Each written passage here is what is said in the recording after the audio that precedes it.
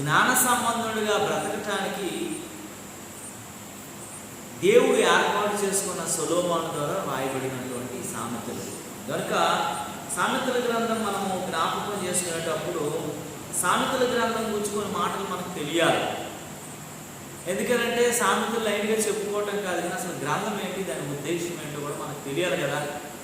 చాలాసార్లు చాలామంది చెప్పేది ఇన్ని అధ్యాయాలు, ఇన్ని వచనాలు, ఇది అని కాదు మనకి. ఎందుకంటే బైబిల్లో అన్నీ కూడా ఎన్ని అధ్యాయాలు ఉన్నాయి, ఎన్ని వచనాలు ఉన్నాయి మనకు తెలుసు. అసలు సామెతల గ్రంథాన్ని దేవుడు రాయించడానికి ఒక ప్రత్యేకమైన ప్రణాళిక ఉంది. ఎందుకంటే దావీదు బెత్షెబాతో చేసినటువంటి స్థితిని బట్టి దేవుడు చాలా సంతాపం పొందాడు. ఎందుకంటే దావీదుని దేవుడు చాలా అద్భుతంగా ఏర్పాటు చేసుకున్నాడు. ఎవరికీ లేని యోగ్యతను అనుగ్రహించాడు, ఎవరికీ లేనటువంటి భాగ్యాన్ని ఇచ్చాడు.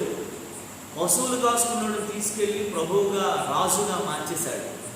అంత గొప్ప ధన్యతతో ఉన్నటువంటి, అంత అనుగ్రహం దేవుని దగ్గర నుంచి పొందుకున్నటువంటి దావీదు చిన్న పాపము ద్వారా, చిన్న తప్పిదం ద్వారా, చిన్న అవివేకం ద్వారా దేవుని చాలా బాధ పెట్టినాడు అయ్యాడు. దావీదు స్థితి ఎలాంటిదనంటే దేవునికి అతి సమీపస్తుడు, హృదయానుసారుడు, చాలా ప్రతి విషయము దేవుడితో మాట్లాడగలిగినటువంటి అవినాభావ సంబంధం కలిగినటువంటి దావీదు. అలాంటి దావీదే చిన్న తప్పిదం ద్వారా దేవుని హృదయాన్ని గాయపరిచినంతగా మారిపోయాడు. అయితే ఆ పాపానికి వచ్చినటువంటి స్థితి ఏమైపోయిందంటే బెత్షెబా మరి ద్వారా ఆ పాపము ఎలా అంటే తన ఊరు అనబడినటువంటి భర్తని చంపబట్టు మనందరికీ అవన్నీ తెలుసు. తర్వాత ఈ దావీదుతో కలిగినటువంటి గర్భం ద్వారా కుమారుడు పుట్టాడు, కానీ దేవుడు దాన్ని పెద్ద ఇష్టపడలేదు. కొద్ది రోజుల తర్వాత ఆ కుమారుడు ఏమైపోయాడండి, నాతాను ప్రవక్త ద్వారా చెప్పిన తర్వాత కుమారుడు ఏమైపోయాడు, చచ్చిపోయాడు. చచ్చిపోయిన తర్వాత దేవుడు చాలా 2 రకాలైనటువంటి పశ్చాత్తాపం వచ్చేసింది. ఏంటంటే నిరాపరాధి అయినటువంటి ఊరియాని నేను చంపానటువంటి పశ్చాత్తాపము ఒక ప్రక్క దావీదుని నొచ్చుకునేటట్టు చేస్తే, మరొక పక్క నేను చేశాను తప్పిదం కానీ ఆ కుమారుని తగ్గించుకోలేనటువంటి బాధ ఒకటి మిగిలిపోయింది. మూడోది ఏంటంటే దేవుడితో ఇంత దగ్గర సంబంధం ఉన్న నా జీవితంలో ఇంత ఎడబాటు కలగడానికి, దేవుడితో నేను మాట్లాడటానికి, ముఖస్థితి చూపించుకోవడానికి దేవుడికి నేను దూరస్తుడిని అయిపోయినటువంటి బాధతో చాలా అంగలార్చాడు, ఏడ్చాడు, ప్రార్థన చేశాడు, మొరపెట్టాడు.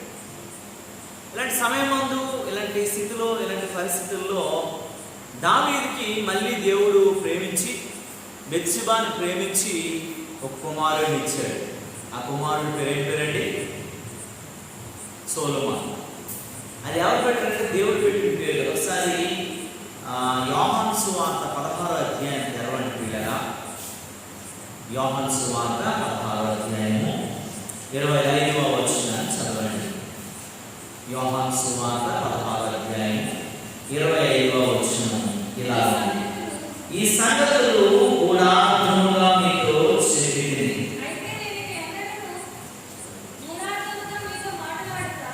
అయితే నేను ఎన్నడూ గూఢార్థముగా మీతో మాట్లాడక తండ్రిని గూర్చి స్పష్టముగా తెలియజెప్పు గడియ వచ్చుచున్నది. ఈ సామెతలంట గూఢార్థముగా మీతో చెప్పితిని. ప్రతి మాటలో ఏముందండి, గూఢార్థం. ఏ మాటని తక్కువ తీసుకోవడానికి లేదు, ఏ మాటని తేలికగా పడేయడానికి లేదు, ఏ మాటలో కూడా అర్థం లేనటువంటి మాటలు ఏవి లేవు, ఏ మాటలు కూడా సిల్లీగా సరదాగా నవ్వుకోవడానికి చెప్పేవి కావు. ప్రతి మాటలో ఏముందండి, గూఢార్థంతో కూడిన మాటలు ఉన్నాయి. కనుక ఆ మాటల్ని సొలొమోను ద్వారా రాయించడానికి దేవుడు అజ్ఞానులు చెబితే మనుషులు వినరు కాబట్టి, మనుషులకు మించినటువంటి అతీతమైనటువంటి జ్ఞానం కలిగినటువంటి మనిషి పుట్టాలి కాబట్టి దావీదు కడుపున దేవుడు ఎవరిని వేశాడండి, సొలొమోను వేశాడు. సొలొమోను వేసిన తర్వాత సొలొమోనుకు ఒక ప్రత్యేకమైనటువంటి ఉంది. సొలొమోను పుట్టిన తర్వాత సొలొమోనుకు దేవుడు పెట్టిన పేరు కాదు ఆ పేరు. ఆ పేరు వాళ్ళ అమ్మ నాన్న ఎవరు పెట్టారు, దావీదుని బెత్షెబా పెట్టేశారు సొలొమోను. కానీ దేవుడు కూడా ఒక పేరు పెట్టాడు. ఒకసారి బైబిల్ తెరిస్తే ఆ బైబిల్లో ఈ మాటలు కూడా మనకు కనబడతాయి. ఇది మనము ఇంకా లోపలికి వెళ్ళలేదు, ఒక్క వచనం కూడా మనం టచ్ చేయలేదు. ఇదంతా ఉపోద్ఘాతంలోనే ఉన్నాం మనం, కనుక జ్ఞాపకం చేసుకోవాలి. సమూయేలు 2వ గ్రంథంలో ఉంటుంది చూడండి, 12వ అధ్యాయం 24-25 వచనాల్లో, తరువాత దావీదు తన భార్య అయినటువంటి బత్షెబను ఓదార్చి ఆమె వద్ద పోయి ఆమెను కూడగా ఆమెకు కుమారుని కనెను. దావీదు అతనికి సొలొమోను అని పేరు పెట్టాడు. 10 రోజులు అయిపోయింది, కుమారుడు చచ్చిపోయాడు. మరిచిపోయిన తర్వాత రాజు మళ్ళీ బత్షెబతో మాట్లాడాడు. ఏదో అయిపోయిందిలే, ఎప్పుడు విచారిస్తే అయిపోదు కదా, దేవుడు మనల్ని ప్రేమించే దేవుడు, మనల్ని పైన కృప చూపించే దేవుడు, తన కాపుదల మన మీద ఉంది. మళ్ళీ దేవుడు మళ్ళీ మీకు ఒక బిడ్డనిస్తాడు, విశ్వాసం ఉంచు, ప్రార్థన చేద్దామని చెప్పి ఆ భార్యతో ఉన్నటువంటి పరిస్థితుల్లో దేవుడు ఇంకొక కుమారుని పొడిచాడంట. కుమారుని పేరు పెట్టాడు సొలొమోను అని పేరు పెట్టాడు. కనుక తీసారని నమ్ముతున్నాను నేను ఆ మాట. తరువాత దావీదు తన భార్య అయినటువంటి బత్షెబను ఓదార్చి ఆమె వద్దకు పోయి ఆమెను కూడగా ఆమెకు కుమారుని కనెను. దావీదు అతనికి సొలొమోను అని పేరు పెట్టాను. దేవుడు అంటే అదే దావీదు, నీకు నచ్చినట్లు పెట్టేస్తావేట్రా, ఇచ్చినోడు నేనైతే నీకు నచ్చినట్లు చేసేస్తావేట్రా అని చెప్పేసి నాతాను ప్రవక్తను పంపించి ఆ కింద మాటలో రాసింది చూడండి, యెహోవా అతన్ని ప్రేమించి నాతాను ప్రవక్తను పంపగా అతడు యెహోవా ఆజ్ఞను బట్టి యెదిద్యా అని అతనికి పేరు పెట్టాడు. దేవునికి స్తోత్రము కలుగును. సొలొమోను అని మన అందరం అనుకుంటాం, ఆ పేరు ఎవరు పెట్టారు? దావీదు పెట్టిన పేరు అది. కానీ దేవుడు అతీతమైనటువంటి జ్ఞానం కలిగినవాడు కాబట్టి, ఈ పుట్టబోయే వాడి యొక్క సంగతి ఎరిగినటువంటి వాడు కాబట్టి, వాడి జీవన విధానమే ఎరిగినటువంటి వాడు కాబట్టి, లోకము చీకటిలోకి పాపములోనికి ఏదో తడబాటులోకి వెళ్ళిపోకుండా దైవ చిత్తాన్ని ఎరిగి దేవుని రాజ్యాన్ని సంపాదించుకోవడం కొరకు పాప ఊబిలో కూలిపోకుండా పరిశుద్ధతలోనికి నడిచినట్లుగా ప్రవక్తను పంపించి అభిషేకించి ఏం పేరు పెట్టాడండి? యెదిద్యా అని పేరు పెట్టాడు. దేవుని నామమునకు మహిమ కలుగునుగాక. మన ఆలోచనలు వేరు, దేవుని ఆలోచనలు వేరు. మన చిత్తము వేరు, దేవుని చిత్తము వేరు. మన మాటలు వేరు, దేవుని మాటలు వేరు. మన ఊహలు వేరు, దేవుని ఊహలు వేరు. మన తలంపులు వేరు, దేవుని తలంపులు వేరు. అందుకే మనం ఒక పాట పాడతాం కదా, నా ఊహలు పుట్టక ముందే నా సర్వము నెరిగిన దేవా, నా ఊహలు పుట్టక ముందే నా సర్వము నెరిగిన దేవా, ఇహ పరములలో నీవే అని ఒక పాట పాడతాం, ఆరాధన చేస్తాం. మన ఊహల్లోనే పుట్టక ముందే, మన ఆలోచనలోకి రాకముందే సర్వాన్ని ఎరిగినటువంటి దేవుడు. సొలొమోను గారి యొక్క ఆలోచన ఏంటో దేవుడికి తెలిసే ఈ లోకానికి ఒక జ్ఞానాన్ని పంపించడం కొరకంట సొలొమోను పంపించాడు. సొలొమోను లాంటి వాడు ఇక్కడ పుట్టబోడు, ఇంతకుముందు పుట్టలేదు. అంత గొప్ప జ్ఞానవంతుడైనటువంటి ఆయన్ని పంపించాడు. దేవుడి నామమునకు మహిమ కలుగుతుంది. హల్లెలూయా, హల్లెలూయా. కనుక ప్రియమైనటువంటి దేవుని బిడ్డలారా, అలాంటి జ్ఞానవంతుడైనటువంటి సొలొమోను కాబట్టి తండ్రి తరువాత సొలొమోను రాజ్యాన్ని తీసుకున్నాక, ఆయనకు అధికారం వచ్చినాక ఆ రాజ్యాన్ని ఎలాగని పాలించలేదు, స్థిరముగా పాలించలేదు. సొలొమోను ఫస్ట్ రాజు మన ప్రజలను దేవుడు ఏర్పాటు చేసుకున్నాడు. ఎవరిని ఏర్పాటు చేసుకున్నాడు? సౌలుని ఏర్పాటు చేసుకున్నాడు. సౌలు అస్తగతమైనటువంటి పరిస్థితిని చేసేసాడు. సౌలు సారవంతమైనటువంటి జీవన విధానాన్ని లేదు, నిస్సారవంతమైనటువంటి పరిస్థితికి వచ్చేసింది. రాజు చచ్చిపోయాడు, రాజు కుటుంబీకులు కూడా చచ్చిపోయారు, ఎవరు లేదు, ఒక్కడ తప్ప తప్ప. కుటుంబం మొత్తం సర్వనాశనం అయిపోయింది. రాజ్యంలో కూడా అవతారాలు వచ్చేసాయి. తర్వాత దేవుడు ప్రేమించిన దావీదుని ఇచ్చాడు, 40 దినాలు బాగా నడిపించాడు. తరువాత అలాంటి జ్ఞానవంతుడి కోసం దావీదు ప్రార్థన చేస్తున్నప్పుడు, దేవుడి సమూహంలో వేడుకుంటున్నప్పుడు, దేవుడి చిత్తాన్ని ఎరిగి దేవుడి సమూహంలో మొర పెడుతున్నప్పుడు దేవుడు ఎవరినిచ్చాడంటే దేవుడు సొలొమోను రాజు నుంచి స్థిరమైనటువంటి రాజ్యం రాజ్య పరిపాలన చేయడానికి దేవుడు గొప్ప కృప చూపించినట్లుగా దేవుని వాక్యం చెప్తుంది. దేవుని నామమునకు మహిమ కలుగునుగాక. ఇంకా ఈ మాట వినిపిడిగా చదివితే రాజుల మొదటి గ్రంథంలో 2వ అధ్యాయంలో 12వ వచనంలో ఒక మాట ఉంటుంది. ఏమని ఉంటుందంటే, అప్పుడు సొలొమోను తన తండ్రి అయినటువంటి దావీదు సింహాసనం మీద ఆసీనుడు అయ్యను, అతని రాజ్యము నిలకడగా స్థిరపరచబడిన. ఎప్పుడైతే తండ్రి అయిపోయిన తర్వాత కుమారుడైనటువంటి సొలొమోను గారు రాజ్యాన్ని నడిపించడానికి రాజాకాన్ని అధిష్ఠించాడో, ఆ రాజ్యంలో ఎలా ఉందండి? అవకతవకలు లేదు, స్థిరముగా నిలకడగా చక్కగా ఎంత సాఫీగా సొలొమోను రాజు అయితే అన్నీ బాగున్నాయి. అంతగా పరిపాలన చేయడం మొదలు పెట్టాడు. దేవుని నామమునకు మహిమ కలుగునుగాక. హల్లెలూయా. కనుక ప్రియమైనటువంటి దేవుని బిడ్డలారా, నీవు నేను మనము జ్ఞాపకం చేసుకోగలగాలి, నీవు నేను మనము ఆలోచించగలగాలి, నీవు నేను మనము మరి ఆలోచించి ముందుకు కొనసాగగలిగే వారిని ఉండగలగాలి. దేవుని వాక్యం చెప్తాడు. దేవుని చిత్తం ఏంటనేది అంటే దావీదుకి తన కుమారుడిని ఇవ్వడమే ఒక ప్రత్యేకమైనటువంటి జ్ఞానంలోనికి ప్రజలు నడిపించడంలో చాలా విషయాలు రాయబడ్డాయి. దేవుని నామమునకు మహిమ కలుగునుగాక. హల్లెలూయా. చూడండి పిల్లల, ఒక మాట మనము చదువుకుంటూ ముందుకు వెళ్దాము. ఈ మాట మీరు చదవాలని ప్రభు పేరట మనం చేస్తున్నాను. అది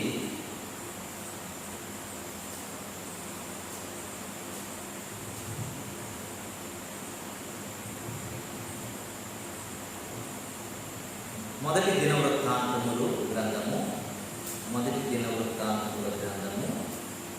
29వ అధ్యాయం 28వ వచనం చరిత్ర మాట ఉంది. అతడు వృద్ధాప్యము వచ్చిన వాడై ఐశ్వర్య ప్రభావములు కలిగి మంచి ముదిమిలో మరణముందెను. అతని తరువాత అతని కుమారుడు సొలొమోను అతనికి మారుగా రాజాను. దావీదు వృద్ధాప్యంకి వచ్చేసారు కదా, ముదిమి వచ్చేసి ముసల్తానం వచ్చేసిన తరువాత రాజు అయ్యాడంట. తనకి సరిపోయినట్టుగా ధీటైన రాజుగా, అంత జ్ఞాన సంబంధమైన రాజుగా, అంత శక్తి సంబంధమైనటువంటి రాజుగా ఉన్నట్లుగా దేవుని వాక్యం చెప్తుంది. దేవుని నామమునకు మహిమ కలుగునుగాక.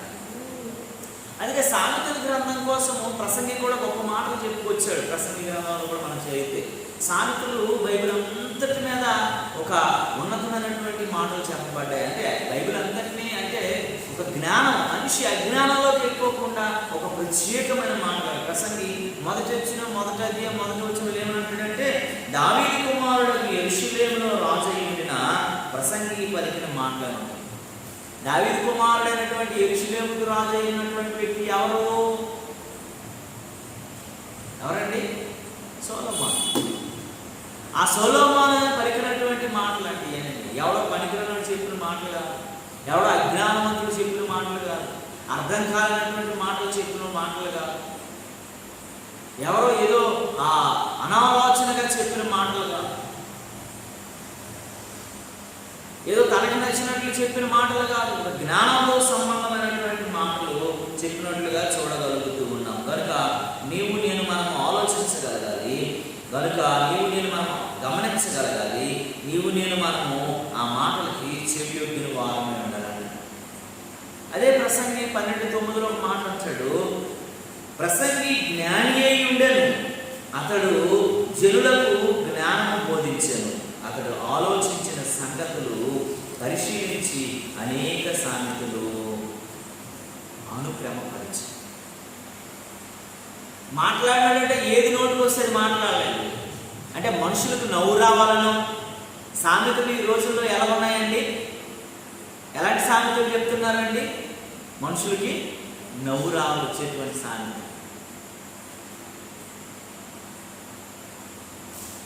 మనుషులకి ఏంటంటే నవ్వు వచ్చేటువంటి సామెతలు చెప్తున్నారు. మనుషులకి ఏదో గొప్పగా ఉండేటువంటి మాటలు చెప్తున్నట్టు ఆ సామెతలైన బుక్కులు రాస్తున్నారు. కానీ జ్ఞానవంతుడైనటువంటి ప్రసంగి చెప్తున్న మాట ఏంటంటే, ప్రసంగి చూడండి అంటాడు జ్ఞాని అయి ఉండెను. ఆ చెప్పినోడు ఎలాంటి ఉండేటండి? జ్ఞాని అయి ఉండెను, అతడు జనులకు జ్ఞానము బోధించును. అజ్ఞానంలోకి పడిపోకుండా, అపవిత్రతలోకి పడిపోకుండా, చీకటిలోకి వెళ్ళిపోకుండా, జిగటగల దొంగలోకి వెళ్ళిపోకుండా చాలా విషయాలు మనం లోతులకు వెళ్తున్నప్పుడు మనకు అర్థమవుతాయి. చాలా విషయాలు ఆయన బోధించుకొచ్చాడు.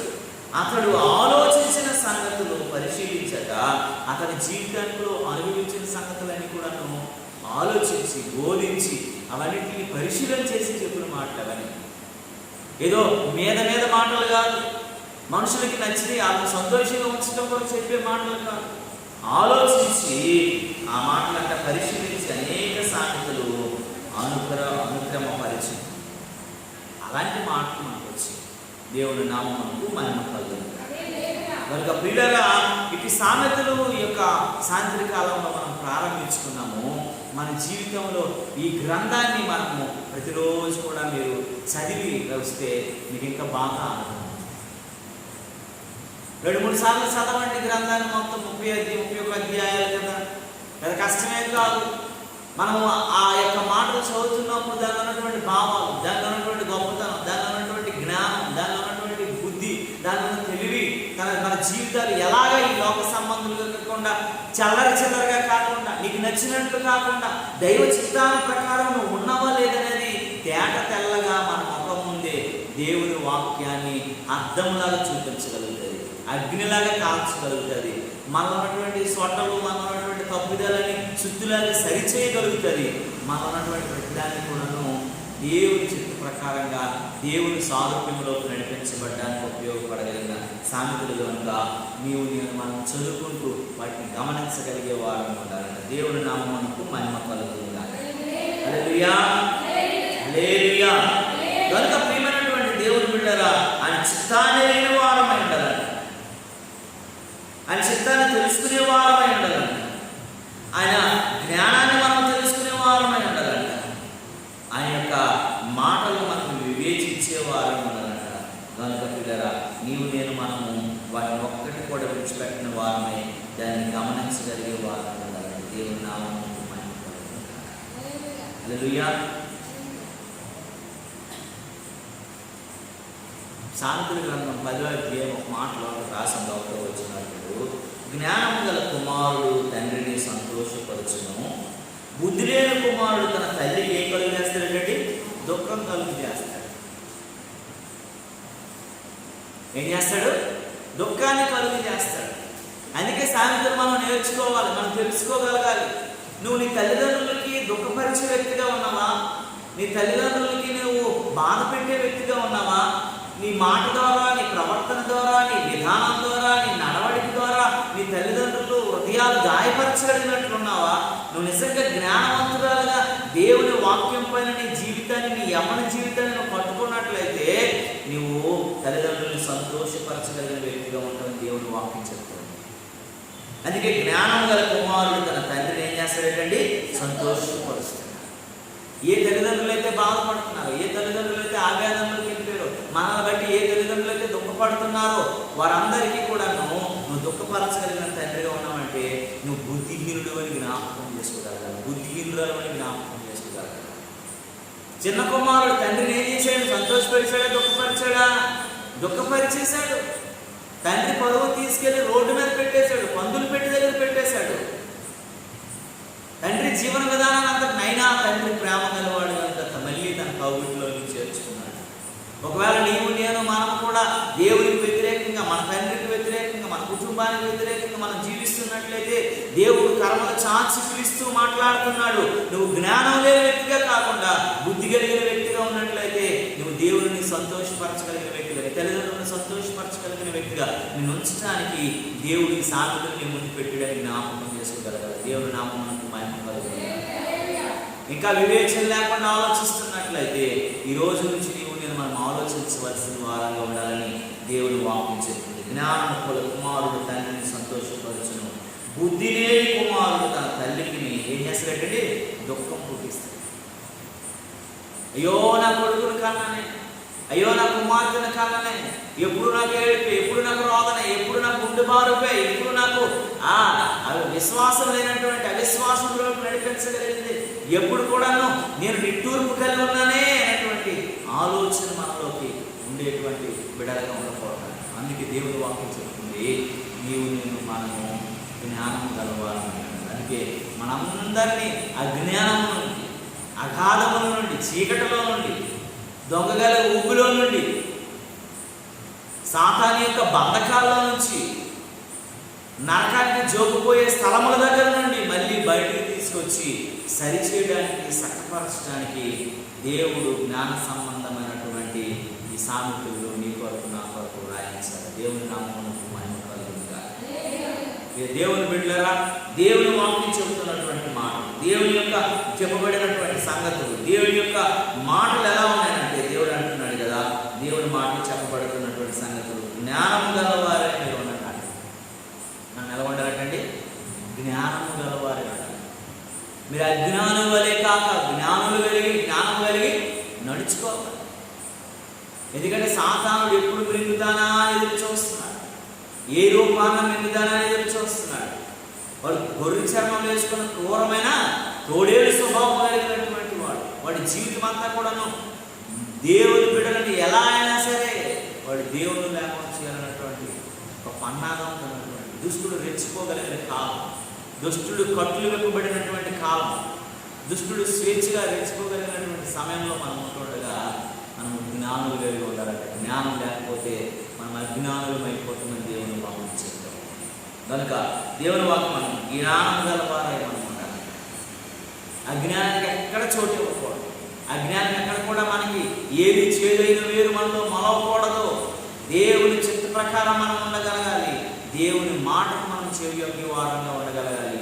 దేవుని యొక్క జ్ఞానాన్ని సంపాదించుకుంటే అది మనము జీవితాన్ని సరిచేసుకోగల వారము, కట్టుకునే వారం అని దేవుని వాక్యం. బైబిల్ చెప్తున్న జ్ఞానం కోసం మనం ఆలోచిస్తే కదా, జీవితంలో ఎదురయ్యే ప్రతికూల పరిస్థితుల నుంచి నువ్వు బయటకు రావడానికి నీ జీవితానికి చాలా అవసరమైనది ఏదంటే జ్ఞానం.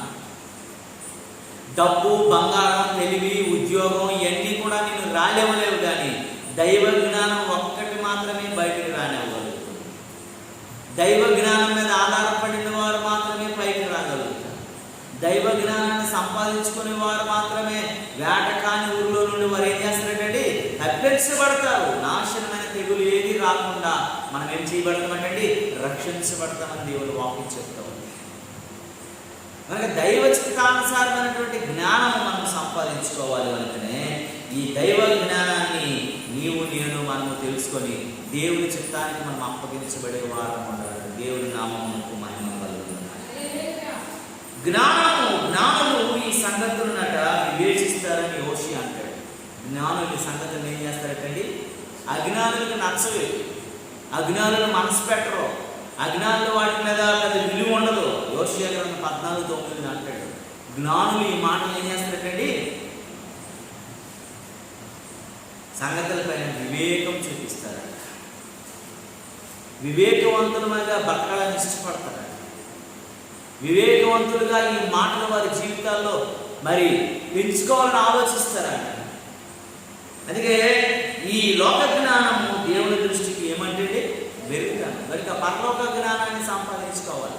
ఈ లోక జ్ఞానాన్ని సంపాదించుకుంటే అది దేవుని దృష్టికి వెర్రితనమే. కనుక వెర్రితనమైన దాంట్లో నువ్వు ఎన్ని రోజులు బతుకుతావు? వెర్రితన సంబంధమైన దాంట్లో ఎన్ని రోజులు మనం ఉంటాం?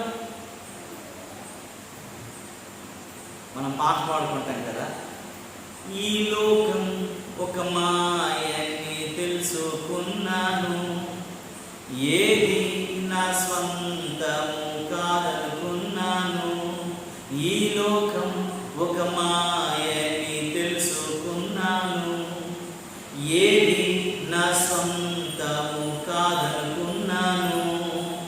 తప్పిపోయిన కుమారుణ్ణి నేనైతే నా కొరకు నిరీక్షించి తండ్రి నా యేసు. తప్పిపోయిన కుమారుణ్ణి నేనైతే నా కొరకై నిరీక్షించి తండ్రి నా యేసు. ఈ లోకమంతా నేను వెదకినా లేదయ్యా ఎక్కడ ఆనందం. నీ సన్నిధిలో ఒక్క క్షణం గడిపినా నా హృదయం పొంగెను.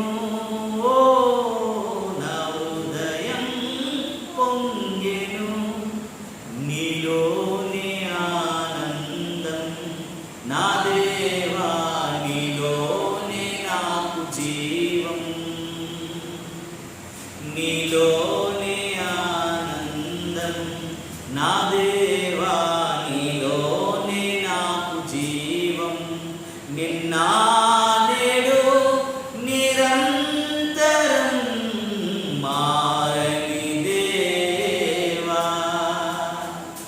నిన్న నేడు నిరంతరం మారని దేవా.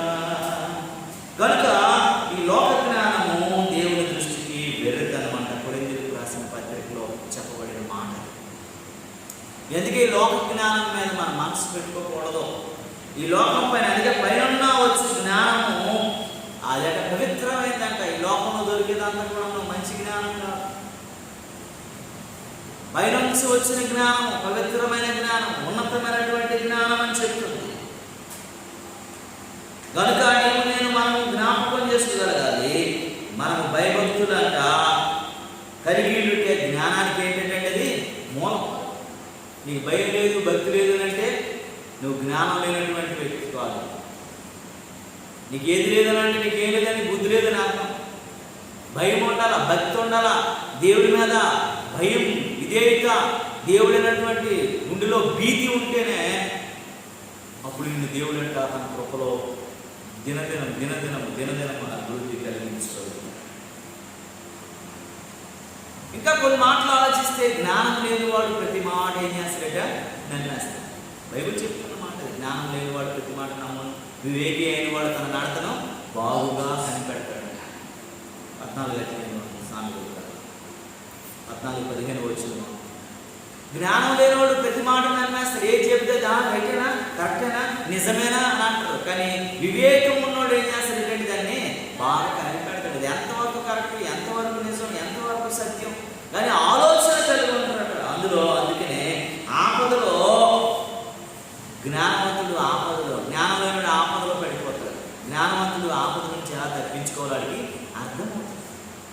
నీ జ్ఞానం లేదంటే ఆపదలో పడిపోతావు.